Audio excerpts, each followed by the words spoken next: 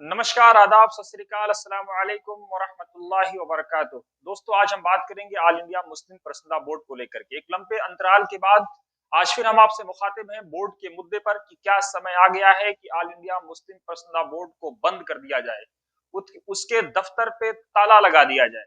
ये इसलिए नहीं कि बोर्ड के मेंबरान जो आलीशान बंगलों में रहते हैं, कई मेंबरान तो ऐसे हैं जिनके बाथरूम इतने अच्छे हैं कि आम मुसलमानों के घर सोने के कमरे बेडरूम उतने अच्छे नहीं हैं।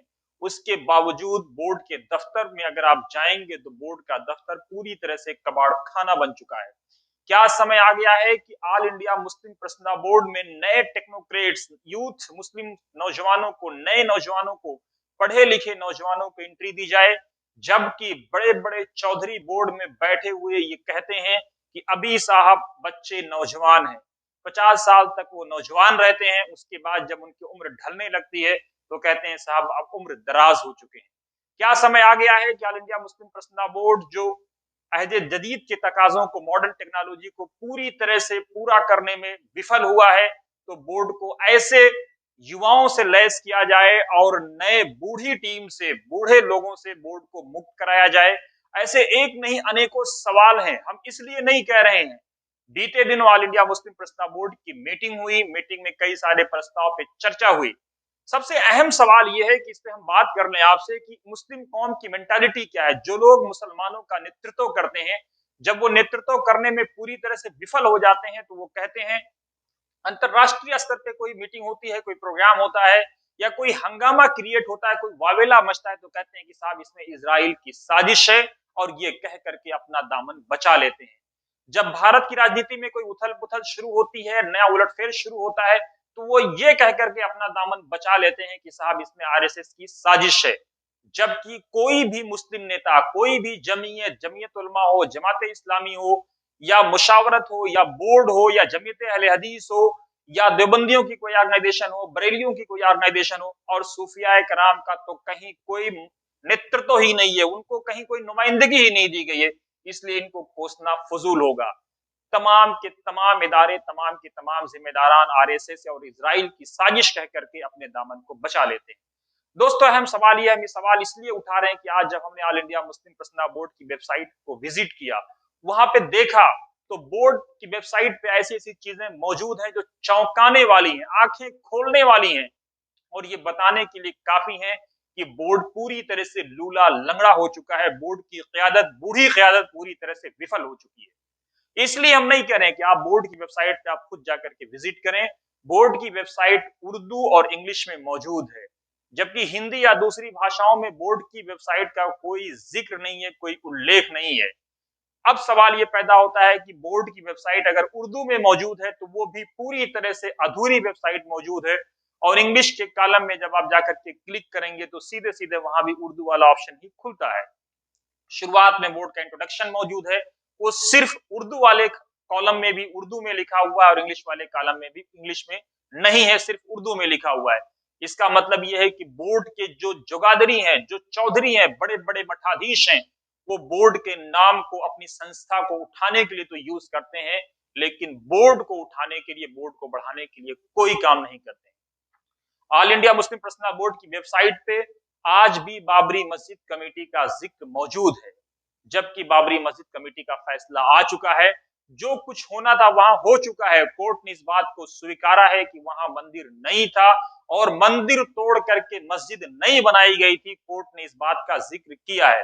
उसके बावजूद आज बोर्ड की वेबसाइट पे बाबरी मस्जिद का जिक्र मौजूद है। उससे चौंकाने वाली बात यह है कि उस कमेटी के जो सरबराह हैं, मौलाना सैयद वली रहमानी, जिनका इंतकाल हो चुका है, वो इस दुनिया में नहीं रहे। रहमानी 30 जैसा अजीम इदारा इस हिंदुस्तान को देने वाला मर्द मुजाहिद, आज भी उनका नाम बाबरी मस्जिद कमेटी में मौजूद है। एज अ हेड वो उस कमेटी को हेड कर रहे हैं, जबकि वो अब इस दुनिया में नहीं है। इससे बड़ी चौंकाने वाली बात यह है कि बोर्ड की वेबसाइट पर बीते दिनों मौलाना खालिद सैफुल्लाह रहमानी को जनरल सेक्रेटरी बना दिया गया, और मौलाना वली रहमानी चूंकि अब इस दुनिया में नहीं रहे, उनकी जगह पर मौलाना खालिद सैफुल्लाह रहमानी को बनाया गया। लेकिन आज भी, अभी तक लगभग 72 घंटे गुजर चुके हैं, मौलाना वली रहमानी का नाम बहसीत जनरल सेक्रेटरी मौजूद है। आज भी मौलाना खालिद सैफुल्लाह जो सेक्रेटरी हैं, उनका नाम सेक्रेटरी के कॉलम में मौजूद है। जनरल सेक्रेटरी बनाए जाने के बाद 72 घंटे गुजरने के बाद भी उनका नाम नहीं चढ़ाया गया है। और चौंकाने वाली बात यह है कि वीमेन विंग, जो बार बार महिलाओं को नेतृत्व देने की बात होती है, यही जुगादरी, यही बोर्ड के बड़े बड़े मठाधीश, बड़े बड़े उलेमा इस बात को कहते हैं कि सहाबे कराम की बीवियां, सहाबियात जंगों में जाकर के मुजाहिदीन की, मोमिन मर्दों की पट्टी किया करती थी, उनके खाने पीने का अरेंजमेंट किया करती थी। लेकिन आज भी जब आप बोर्ड की वेबसाइट पे जाएंगे तो वीमेन के कॉलम में सिर्फ एक खातून, मुसलमानों की, जो उनका अपना दावा है कि हम 25 करोड़ हैं, 30 करोड़ है, लेकिन हालांकि हम इस दावे की पुष्टि नहीं करते हैं, उसके बावजूद मुसलमानों की इतनी बड़ी तादाद होने के बावजूद महिलाओं का सिर्फ एक खातून महिला का नाम बोर्ड की वेबसाइट पे मौजूद है, वो है डॉक्टर अस्मा जोहरा। और एक और चौंकाने वाली बात कि नायब सदर के तौर पर मौलाना कल्बे सादिक, जो अब इस दुनिया में नहीं रहे, एरा मेडिकल कॉलेज जैसा अजीम इदारा देने वाला मर्द मुजाहिद अब इस दुनिया से जा चुका है, लेकिन आज भी नायब सदर के तौर पर उनका नाम बोर्ड की वेबसाइट पे मौजूद है। मौलाना सालिम कासमी का नाम भी आज तक वेबसाइट पे मौजूद है। और इसके साथ साथ चौंकाने वाली बात यह है कि मैंने जैसा कि आपको बताया कि जो कमेटी है, एग्जीक्यूटिव कमेटी अरकान आमिला, 2019 में वो खत्म हो रही है, लेकिन 2021 खत्म होने वाला है। दुनिया और भारत 2022 का जश्न मनाने जा रहे हैं, लेकिन आज भी उस कमेटी के 50 लोगों में कोई तब्दीली नहीं हुई है। जो कमेटी 2019 में एंड हो रही थी, उसका जिक्र भी आज वेबसाइट पे मौजूद है। दोस्तों, ये और इस जैसे अनेकों सवाल हैं। अब सवाल ये भी पैदा हो रहा है कि क्या ऑल इंडिया मुस्लिम प्रसिद्धा बोर्ड सिर्फ देवबंदियों का इदारा बन करके रह गया है, सिर्फ एक मसलक विशेष के लोगों का इदारा बन के रह गया है। जिस तरह से जमीयत उलमा हिंद तमाम मसालिक की आजादी के से पहले 1919 में गठित जमीयत उलमा हिंद सभी मुसलमानों का, सभी मसालिक के लोगों का प्रतिनिधित्व करती थी, आज सिर्फ देवबंदी जमात के लोगों का इदारा बनकर रह गया है। तो क्या उसी तरह से ऑल इंडिया मुस्लिम प्रसिद्धा बोर्ड भी सिर्फ देवबंदियों का इदारा बनकर के रह गया है? ये हम इसलिए नहीं कह रहे हैं, सवाल इसलिए पैदा हो रहा है कि मौलाना कल्बे सादिक, जो शिया कोटे से आते थे, बोर्ड के वाइस प्रेसिडेंट थे, अब उनकी जगह पर जो नए वाइस प्रेसिडेंट चुने गए हैं, वो मौलाना सैयद अरशद मदनी साहब को चुना गया है। जनरल सेक्रेटरी के तौर पे मौलाना खालिद सैफुल्लाह रहमानी का नाम है और अध्यक्ष के तौर पे मौलाना राबे हसनी नदवी का नाम है। ये तीनों अहम पोस्ट, तीनों अहम पद देवबंदी मसलक के लोगों को दे दिए गए हैं। तो सवाल ये पैदा हो रहा है कि क्या बोर्ड पर सिर्फ देवबंदी मसलक के लोगों की इजारादारी रहेगी, उनका कब्जा रहेगा, या बोर्ड में अहले हदीस, देवबंदी, बरेलवी और सूफिया कराम, जिनका बोर्ड में 0% प्रतिनिधित्व है, एक बड़ी जमात, खानकाहों की एक बड़ी जमात, सूफिया कराम की एक बड़ी जमात, जिसका बोर्ड में 0% नुमाइंदगी है, तो क्या बोर्ड इस तरह से मुसलमानों का, तमाम मुसलमानों का नेतृत्व करने में विफल रहा है? ये और इस जैसे अनेकों सवाल हैं जो लोग सोशल मीडिया पर पूछ रहे हैं। बोर्ड को कम से कम आकर के अब स्पष्टीकरण देना चाहिए कि मौलाना सैयद अरशद मदनी साहब को अगर उपाध्यक्ष चुना गया है तो किसी शिया आलम दीन को भी चुना जा सकता था। मौलाना सैयद अरशद मदनी पहले से ही जमीयत उलमा हिंद के राष्ट्रीय अध्यक्ष भी हैं, अमीरुल हिंद भी हैं, और अब एक नई जिम्मेदारी उनको दे दी गई है। इस तरह से सवाल बहुत सारे पैदा हो रहे हैं। नौजवान सोशल मीडिया पे पूछ रहे हैं कि मुस्लिम इदारे क्या खानदानों की इजारादारी बन करके रह जाएंगे? क्या चंद लोगों की इजारादारी उन पर रहेगी?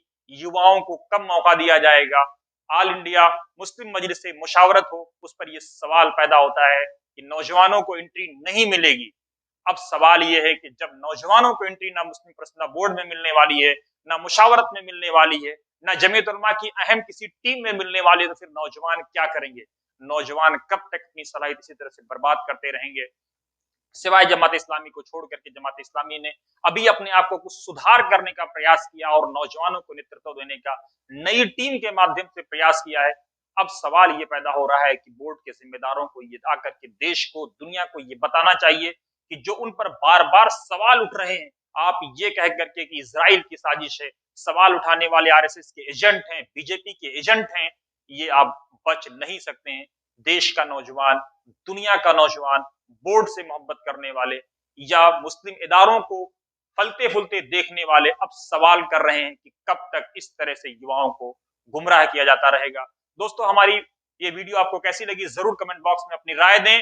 साथ ही साथ हमारे चैनल को सब्सक्राइब करें, लाइक करें, शेयर करें और डोनेट भी करें ताकि हम बिना रुके, बिना थके और बिना झुके इसी तरह से बिना किसी दबाव के सही और सटीक जानकारी आप तक पहुंचाते रहें। जय भारत, जय संविधान।